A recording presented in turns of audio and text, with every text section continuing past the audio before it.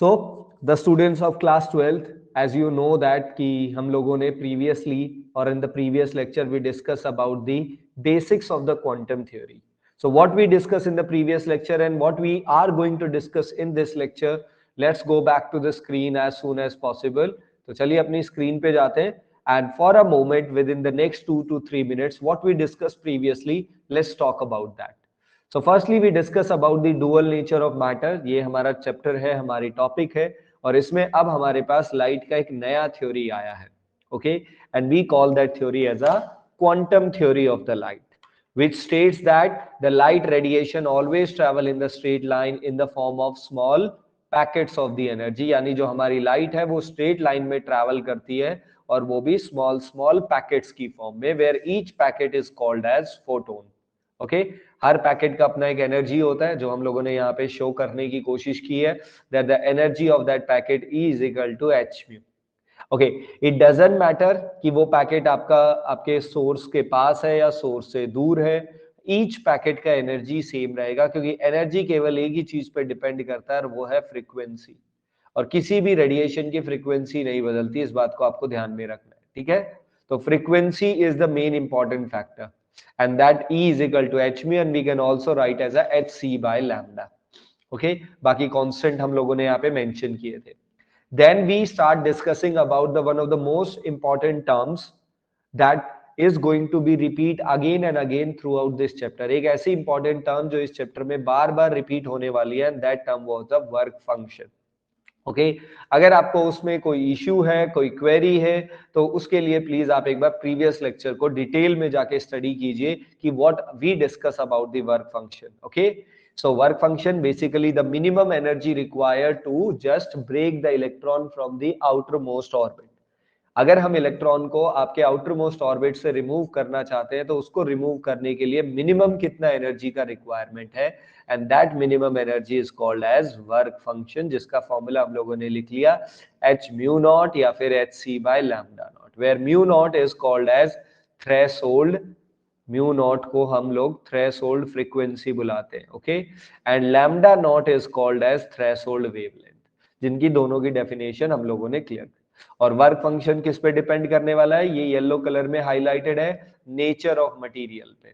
सो आपका work function क्या होगा, थ्रेशोल्ड फ्रीक्वेंसी क्या होगी या थ्रेशोल्ड वेवलेंथ, क्योंकि तीनों आपस में इंटरकनेक्टेड है. That will be decided by the nature of material.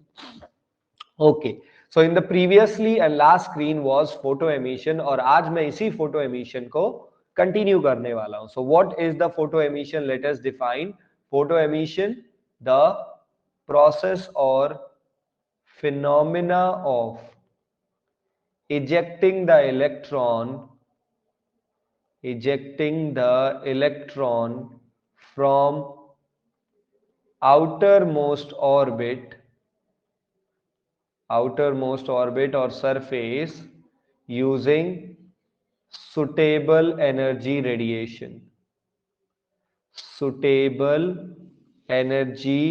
radiation. Radiation के पास फोटोन होते हैं, तो इसी के अंदर फोटोन वर्ड क्लियर हो गया. ओके, यानी सुटेबल एनर्जी के फोटोन को यूज करके आप इलेक्ट्रॉन को आउटर मोस्ट ऑर्बिट से रिमूव कर सकते हैं, and this phenomena of ejecting the electron is called as photo emission.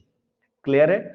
Suitable word क्यों किया वो मैं आपको पहले ही समझा चुका हूं प्रीवियस लेक्चर में, that every external energy is not sufficient.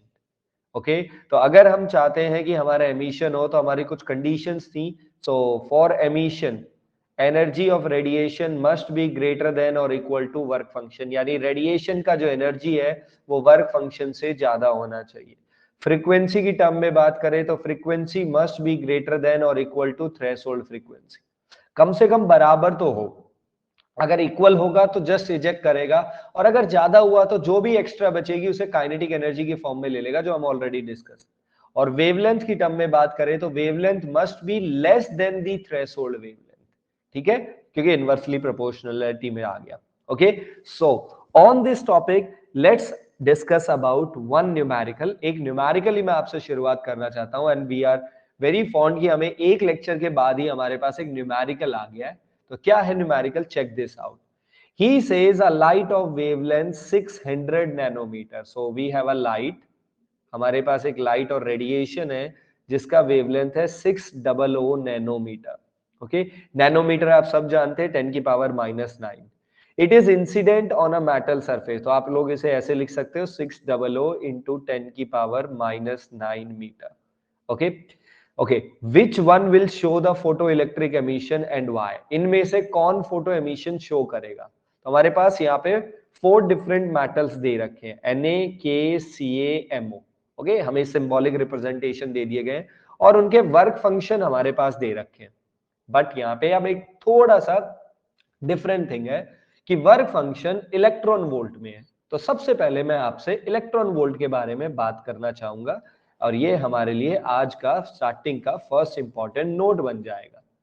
We all know that energy का जो यूनिट होता है, ऐसा यूनिट इज जूल, हम सब जानते हैं। ओके, बट एक चीज से भी हम लोग और फेमिलियर हैं, 1 electron volt is also the energy. एक इलेक्ट्रॉन वोल्ट भी यूनिट है किसका? एनर्जी का। और 1 इलेक्ट्रॉन वोल्ट इज 1.6 इंटू 10 की पावर -19 जूल। ये चीज आपको अपने दिमाग में रखनी है। 1 इलेक्ट्रॉन वोल्ट, एक इलेक्ट्रॉन वोल्ट, ठीक है। ओके, कितना एनर्जी है? 1.6 इंटू 10 की पावर -19 जूल। ओके, तो 1 इलेक्ट्रॉन वोल्ट, अगर इलेक्ट्रॉन वोल्ट को जूल में कन्वर्ट करना है तो ये करना पड़ेगा, और अगर जूल मल्टीप्लाई करना पड़ेगा, और अगर जूल से इलेक्ट्रॉन वोल्ट में आना है तो इसे डिवाइड करना पड़ेगा। ठीक है, तो ये बात आपको याद रखनी है। तो यहाँ पे जो हमारे पास वर्क फंक्शन है वो सारे जूल में नहीं है, वो सारे इलेक्ट्रॉन वोल्ट में है। जैसे कि Na यानी सोडियम का 1.92 इलेक्ट्रॉन वोल्ट। ओके, उसके बाद 2.15, उसके बाद 3.2, उसके बाद 4.17। ठीक है, तो आप देखो ना, मैंने आपसे कल ही बात की थी कि वर्क फंक्शन डिपेंड करता है नेचर ऑफ मटेरियल पे। और देखो हमारे पास 4 डिफरेंट मटेरियल्स हैं, चारों के वर्क फंक्शन अलग है। ठीक है, तो अब हमसे ये पूछा गया है कि इनमें से कौन फोटो एमिशन शो करेगा। तो भाई हम लाइट तो हमारे पास ये है, तो पहले लाइट की एनर्जी निकालते हैं कि भाई लाइट का एक फोटोन कितना एनर्जी आ रहा है। So energy of radiation, radiation की एनर्जी का फॉर्मूला क्या होता है भाई? रेडिएशन मतलब फोटोन, भाई उसके पास एक फोटोन को पकड़ लेते हैं तो एनर्जी का फॉर्मूला h न्यू। बट हमारे पास यहाँ पे रेडिएशन की वेवलेंथ दे रखी है। ठीक है, तो वेवलेंथ की फॉर्म में रखे तो hc/λ। तो कैसे सॉल्व करेंगे? h की वैल्यू 6.6 इंटू 10 की पावर -34, c का value speed of light 3 into 10 की power 8 divided by wavelength is equal to 600 into 10 की पावर -9। आई थिंक इसे सॉल्व कर सकते हैं बिल्कुल, तो it can be solve easily. But अब जो हमारे पास आंसर आएगा, प्लीज पहले स्टेटमेंट को पूरा सुनिए। अब जो हमारे पास आंसर आने वाला है, that answer would be in joule. Why? Because h का वैल्यू जो हमारे पास है ये जूल सेकंड में है। ठीक है, स्पीड जो हमारे पास है वो मीटर पर सेकंड में है, और ये हमारे पास मीटर में है। तो ऑब्वियस ही बात है, नीचे मीटर में आ गया, तो सेकंड कैंसिल, मीटर कैंसिल, तो जो भी हमारे पास आंसर आएगा वो जूल में आएगा। बट हमारे पास जो वर्क फंक्शन है वो इलेक्ट्रॉन वोल्ट में है। तो अब आप या तो एक काम कीजिए, आप हर सब्सटेंस जैसे कि सोडियम, पोटेशियम, इन सब सब्सटेंसेस के वर्क फंक्शन को जूल में कन्वर्ट कर लो। क्या करके? 1 electron volt is equal to that much joule, तो 1.92 में कितना होगा, इसको जूल में कन्वर्ट कर लो, सबको जूल में कन्वर्ट कर लो और फिर देखो। या फिर एक काम कीजिए कि 4 डिफरेंट वैल्यूज को जूल में कन्वर्ट करना है, इससे अच्छा है जो एनर्जी ऑफ फोटोन है जो कि जूल में आ रहा है उस एक को इलेक्ट्रॉन वोल्ट में कर ले, यानी जहां पे 4 पे काम करना है उससे अच्छा एक पे काम कर लेते हैं। ठीक है, तो अब यहाँ पे कहानी ये है कि अब अगर हम इसे इलेक्ट्रॉन वोल्ट में कन्वर्ट करना चाहते हैं तो we have to divide with 1.6 into 10 की पावर -19। अब अगर इसे हम लोग 1.6 इंटू 10 की पावर -19 से मल्टीप्लाई डिवाइड करते हैं तो ऑब्वियसली बात है 1 electron volt is equal to that much joule. तो अगर जूल को इलेक्ट्रॉन वोल्ट में करना है तो डिवाइड करना पड़े। अब ये जूल किस में कन्वर्ट हो गया? Electron volt. तो हम क्या यहां से एनर्जी कैलकुलेट कर सकते हैं? वेरी इजिली आप एनर्जी कैलकुलेट कर सकते हो। डन है? Okay, now I want to discuss with you and shortcut. अब मैं आप लोगों के साथ एक शॉर्टकट डिस्कस करना चाहता हूं। तो आपका मेथड नंबर 1 तो यही हो गया कि आप सारी वैल्यू रखो। अब एक चीज आपको समझनी पड़ेगी कि जब भी हमें लैम्डा दे रखा है तो क्यों ना उस कांस्टेंट वैल्यू को सॉल्व कर लिया जाए पहले ही। जैसे कि कांस्टेंट वैल्यू, ध्यान से देखो, h का वैल्यू हमेशा 6.6 इंटू 10 की पावर नेगेटिव 34 ही रहने वाला है। Speed of light is going to be always 3 into 10 की पावर 8। ओके, जूल को इलेक्ट्रॉन वोल्ट में करना है तो 1.6 इंटू 10 की पावर माइनस 19 से डिवाइड करना ही पड़ेगा। और अगर वेवलेंथ नैनोमीटर में है तो ये हमेशा आएगा ही आएगा। ठीक है, तो ये जो येलो वाला पोर्शन जो मैंने हाईलाइट किया है, ये सारी चीजें कांस्टेंट है जो हमेशा वैसी ही रहेगी। तो क्यों ना हम इसकी वैल्यू ही सॉल्व कर ले, यानी हम h और c की वैल्यू को ही सॉल्व कर लेते पहले, है ना। आप क्वेश्चन करने से पहले अभी आप अपने लेक्चर में ही इस h और c की वैल्यू को याद कर लो, दोनों को मल्टीप्लाई कर लेते हैं, फिर इलेक्ट्रॉन वोल्ट में कन्वर्ट कर लेते हैं और नैनोमीटर में, और जब आप इसे सॉल्व करोगे आपको इसकी वैल्यू नियरली मिलेगी दिस वन। ये आप याद कर सकते हैं, अदरवाइज यू कैन ट्राई, आप इसे डिवाइड कीजिए, मल्टीप्लाई कीजिए, you will get the value nearly equal to 1240, यानी 1240 नैनोमीटर इलेक्ट्रॉन वोल्ट। तो ये आप याद कर लीजिए, I will always suggest that the value of HC is equal to 1240 nanometre electron volt. ठीक है, अब अगर हम अपने न्यूमेरिकल को करने जाएं तो let's do energy of photon is equal to HC by lambda. तो HC को क्या लिख सकते हो, 1240 नैनोमीटर इलेक्ट्रॉन वोल्ट। ठीक है, लैम्डा कितना है, 600 नैनोमीटर। अब इस नैनोमीटर को नैनोमीटर में ही रहने दो, देखो इस शॉर्टकट का ये भी फायदा हो गया, nanometre cancel with the nanometre, तो हमारे पास एनर्जी क्या बचा, 1240 electron volt divided by 600, zero cancel with zero, और इसको अगर हम आगे सॉल्व करने जाएं तो हमारे पास सॉल्व करने के बाद यहाँ पे देखते हैं क्या बनता है, 6 10 जा 60, 6 2 जा 12, 0 6 6 जा, so 20.6 डिवाइडेड बाय 10, और इसे सॉल्व करोगे तो 2.06 इलेक्ट्रॉन वोल्ट। देखिए 2 स्टेप में आपका आंसर आ गया, with in just only 2 step, एक स्टेप ये लिखा और एक स्टेप सॉल्व कर लिया। अगर आपको HC की वैल्यू याद है, क्या है HC का value, the value of HC is 1240 nanometre electron volt, 1240 nanometre electron volt, ऐसे याद रखिए। अदरवाइज आप अगर इस मेथड से पूरा मल्टीप्लाई करते हैं you will get the energy. तो इसका मतलब फोटोन का एनर्जी कितना है भाई, ध्यान से देखें, the energy of photon is 2.06 electron volt, यानी हमारा जो फोटोन है, हमारी जो रेडिएशन है वो 2.06 इलेक्ट्रॉन वोल्ट, यानी उस रेडिएशन का एक पैकेट 2.06 इलेक्ट्रॉन वोल्ट आ रहा है, एक पैकेट। ऐसे बहुत सारे पैकेट हो सकते हैं। ओके, अब ये एक पैकेट लेट सपोज पहले सोडियम पे फॉल करवाते हैं, किस पे फॉल करवाएं, let's talk about that we are allowing to fall on a sodium sorry, done है। अब सोडियम पे बात करें, अब सोडियम को इजेक्ट होने के लिए सोडियम का वर्क फंक्शन कितना है, 1.92। What is the meaning of work function, the minimum energy required to eject the electron. Hindi में बोले तो सोडियम के इलेक्ट्रॉन को इजेक्ट करने के लिए 1.92 इलेक्ट्रॉन वोल्ट एनर्जी चाहिए, और आप कितना दे रहे हैं, 2.06।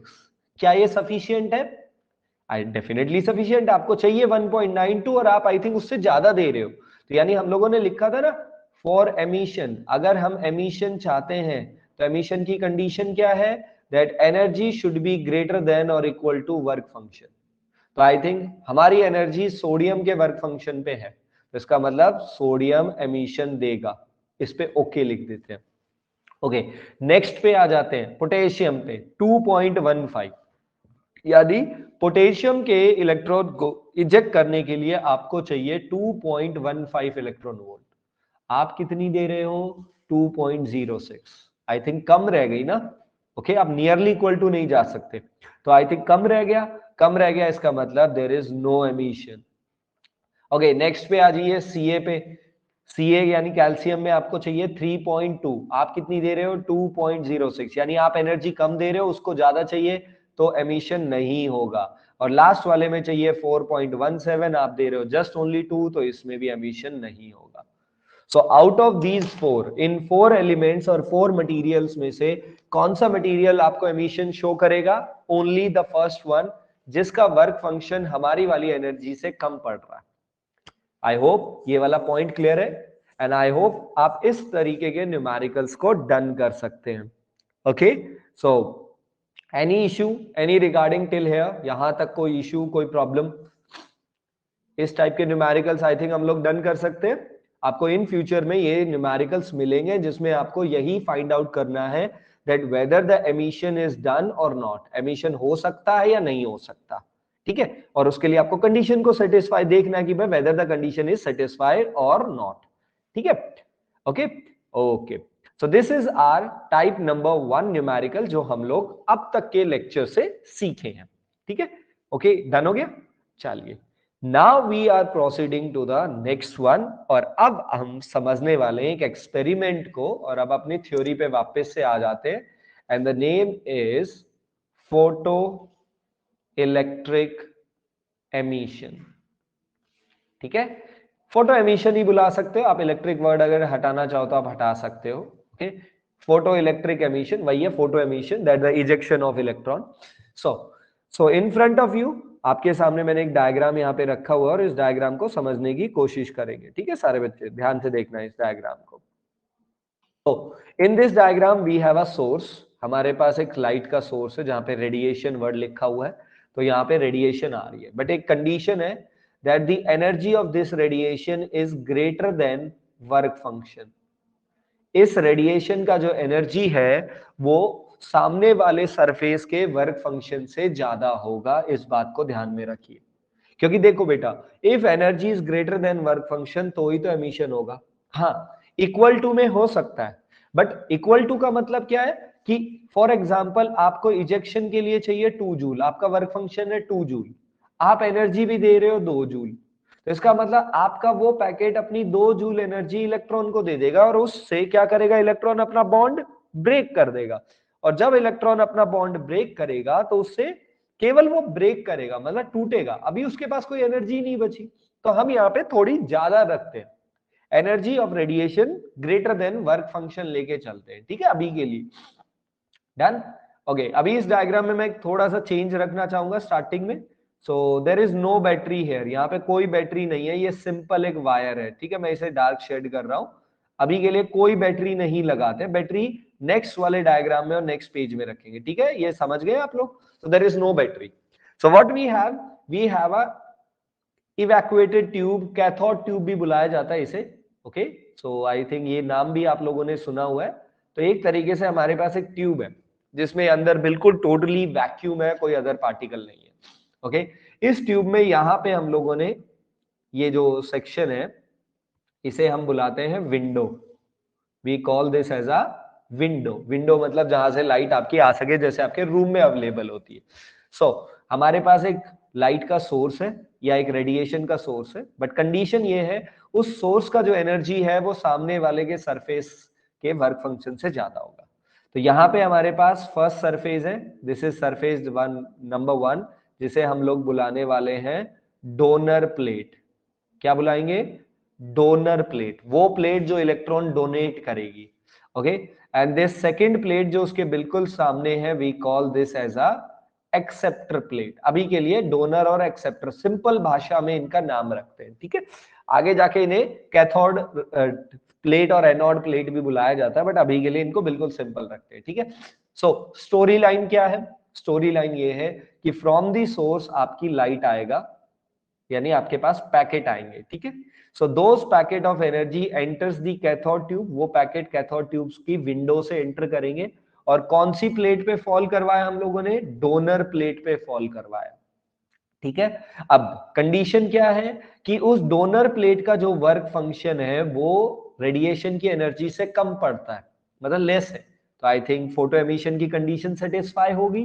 इसका मतलब होगा ये कि यहां से इलेक्ट्रॉन इजेक्ट होंगे, और जैसा कि आप लोग देख रहे हैं ऑलरेडी पहले वहां पे मैंने बना रखे हैं और आप दोबारा भी बना के दिखा देता हूं. यहां से इलेक्ट्रॉन बाहर निकलने शुरू करेंगे. ओके, अब एक छोटा सा एजम्पशन है जो आगे जाके फ्यूचर इस एक्सपेरिमेंट में, फ्यूचर में आइंस्टाइन ने भी अपना रोल प्ले किया था, और आइंस्टाइन ने एक एजम्पशन दिया था और बहुत साइंटिस्ट लोगों ने भी इसके बारे में अपनी एक एजम्पशन रखी थी.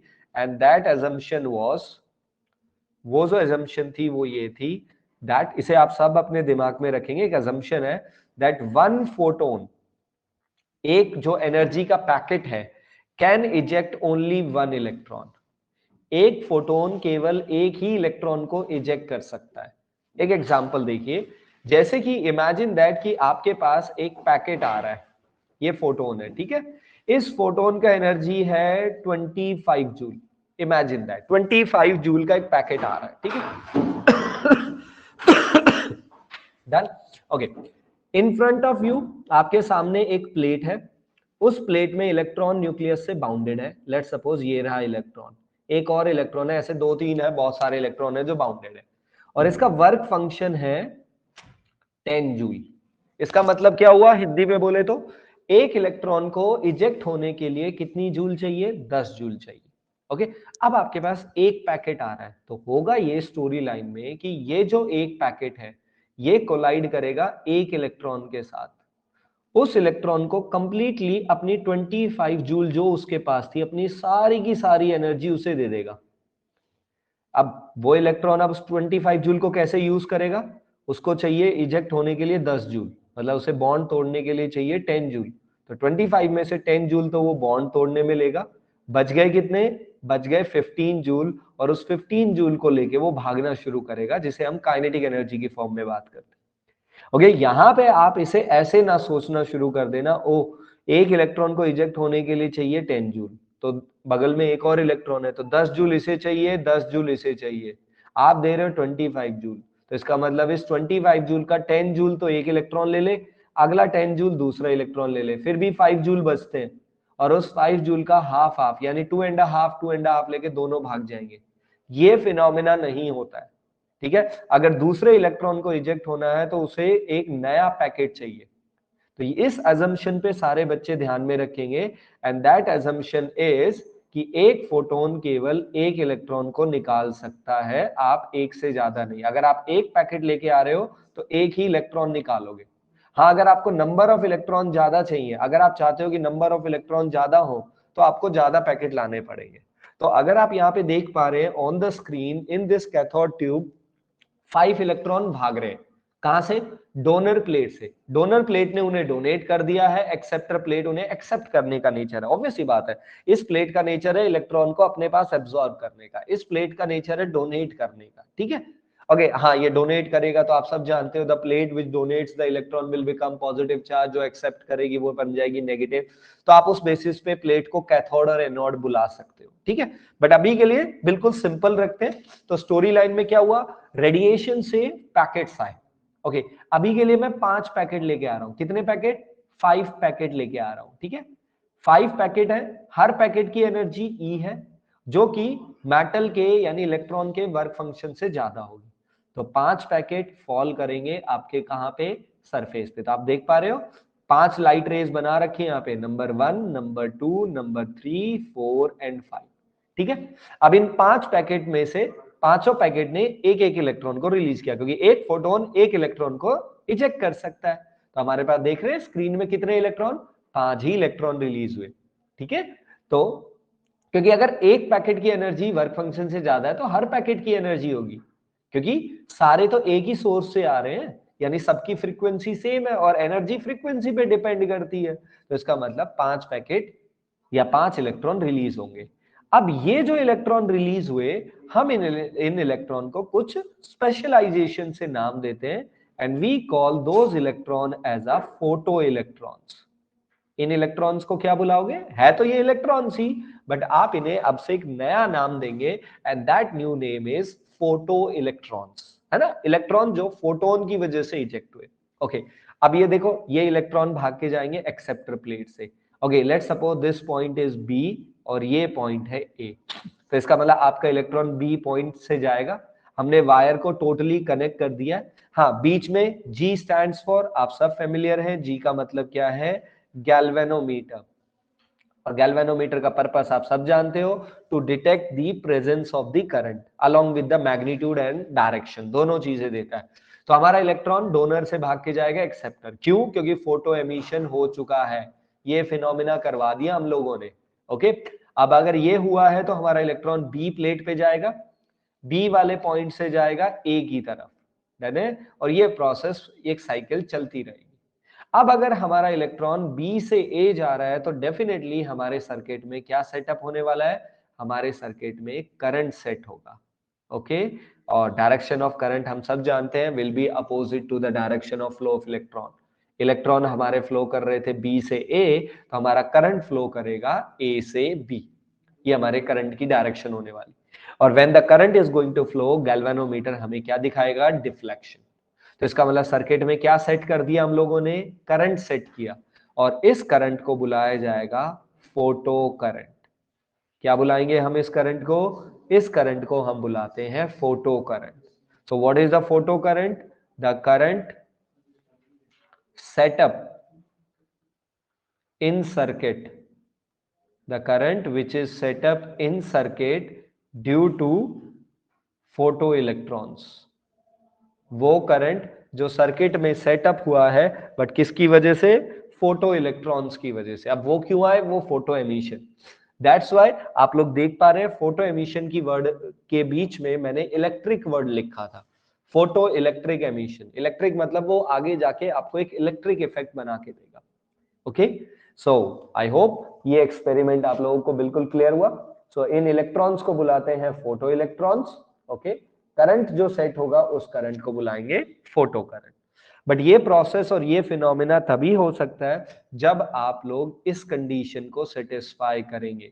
अगर आपकी यही कंडीशन सेटिस्फाई नहीं है, यानी इजेक्शन एमिशन वाली कंडीशन ही सेटिस्फाई नहीं है, आई थिंक स्टोरी लाइन बनने का कोई मतलब ही नहीं बनता। अगर आपकी एनर्जी वर्क फंक्शन से कम पड़ती है, आपका सोर्स ऐसा है जिसमें हर पैकेट की एनर्जी उस डोनर प्लेट की एनर्जी, उस डोनर प्लेट के वर्क फंक्शन से कम पड़ता है, तो अगर कम रहेगा तो कुछ नहीं होगा।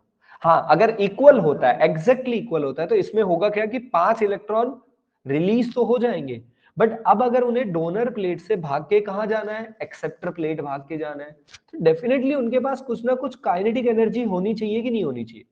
आई थिंक एग्री कर रहे हो इस बात से। तो काइनेटिक एनर्जी तो तब होगी ना जब आप उसको कुछ एक्स्ट्रा एनर्जी दोगे, कि भाई उसका कुछ हिस्सा तो उसने तोड़ने में लगा दिया, बाकी बचा हुआ हिस्सा उसने भागने में लगा दिया, है ना। और इस करंट को बुलाते हैं photo current.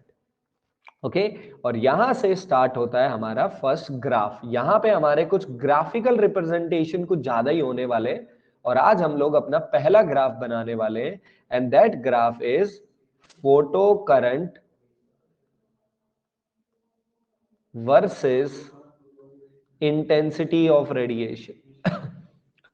Photo current versus intensity. Intensity word means brightness, इस बात को थोड़ा सा ध्यान में रखना। और brightness word का मतलब होता है number of photons।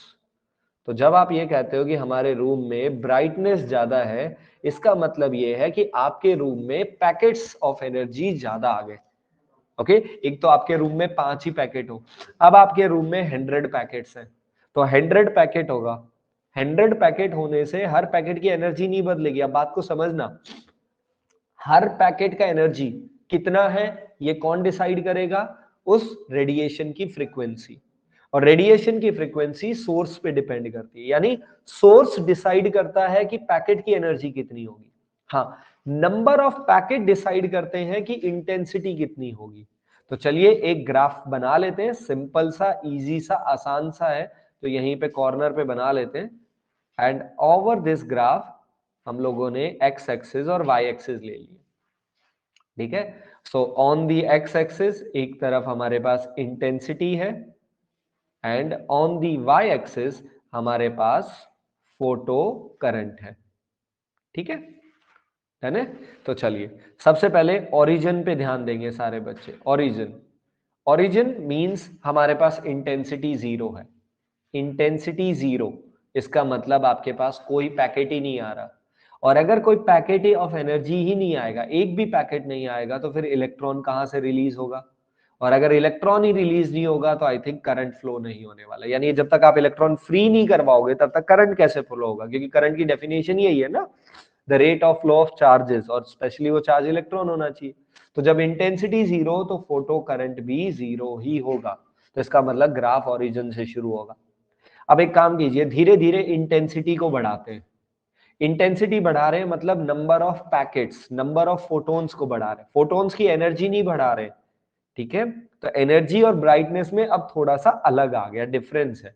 तो जैसे जैसे हम लोग यहाँ पे इंटेंसिटी बढ़ा रहे हैं, हम नंबर ऑफ फोटोन्स को इंक्रीज कर रहे हैं।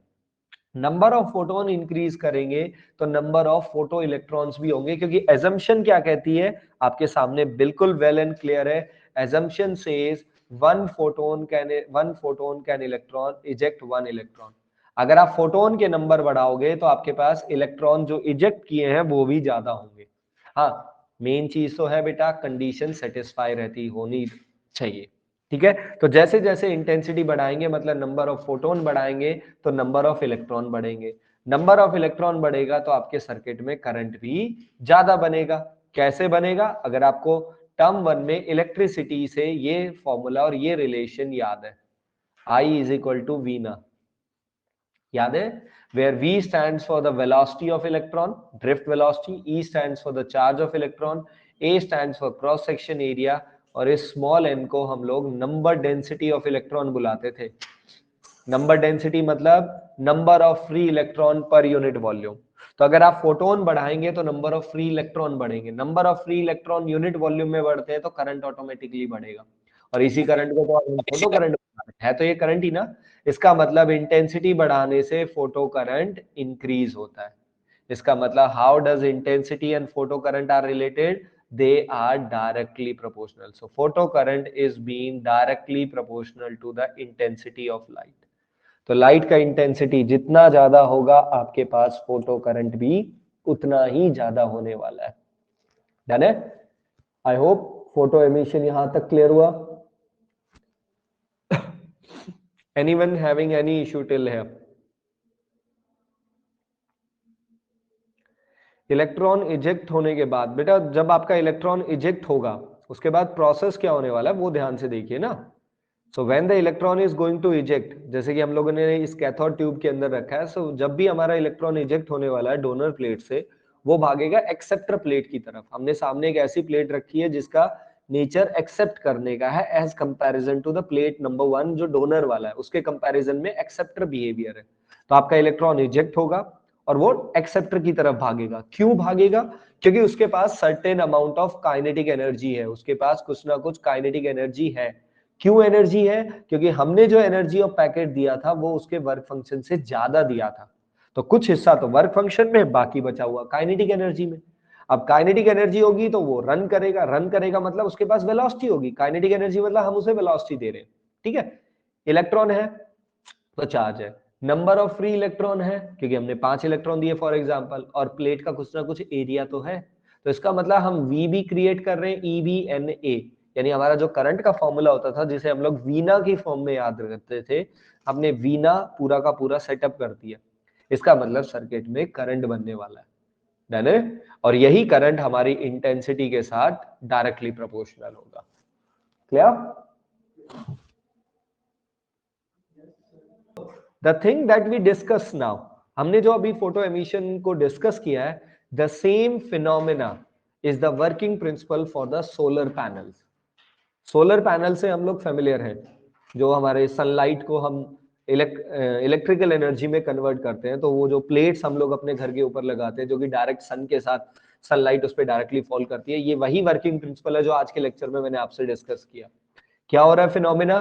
सनलाइट आ रहा है, सरफेस पे फॉल कर रहा है। जनरली हम लोग वहां पे सिलिकॉन को यूज करते हैं, जर्मेनियम भी यूज हो जाता है क्योंकि उनका जो वर्क फंक्शन है वो कम होता है। वर्क फंक्शन जितना कम होगा इलेक्ट्रॉन को तोड़ना उतना आसान होगा, है ना। एक ऐसा मटेरियल है जिसका वर्क फंक्शन है 20 जूल, इसका मतलब उसके इलेक्ट्रॉन को तोड़ने के लिए आपको कम से कम 20 जूल तो देने पड़ेंगे। और एक ऐसा सरफेस है जिसका वर्क फंक्शन ओनली 5 जूल है, यानी 5 जूल दो, इलेक्ट्रॉन तोड़ दो। तो इसका मतलब ये हुआ कि हम लोग वहां पे एक ऐसा मटेरियल यूज करेंगे जो जल्दी से इलेक्ट्रॉन को ब्रेक करे और जिसका वर्क फंक्शन कम हो, और वो ज्यादातर सेमीकंडक्टर का होता है। वो आगे वाले जब फ्यूचर में सेमीकंडक्टर डील करेंगे तब होगा। बट फिनोमेना समझ रहे हो यहाँ पे?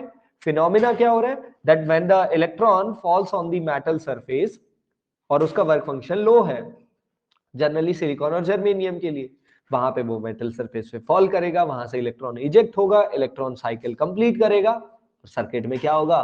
करंट सेट होगा। हम उसी करंट को यूटिलाइज कर लेते हैं जो हमारे घर पे बैटरीज लगी होती है, बट ज्यादातर मोस्ट ऑफ द टाइम हम लोग सोलर पैनल को बैटरीज के साथ कनेक्ट कर देते हैं ताकि हम उन बैटरीज को चार्ज कर सके।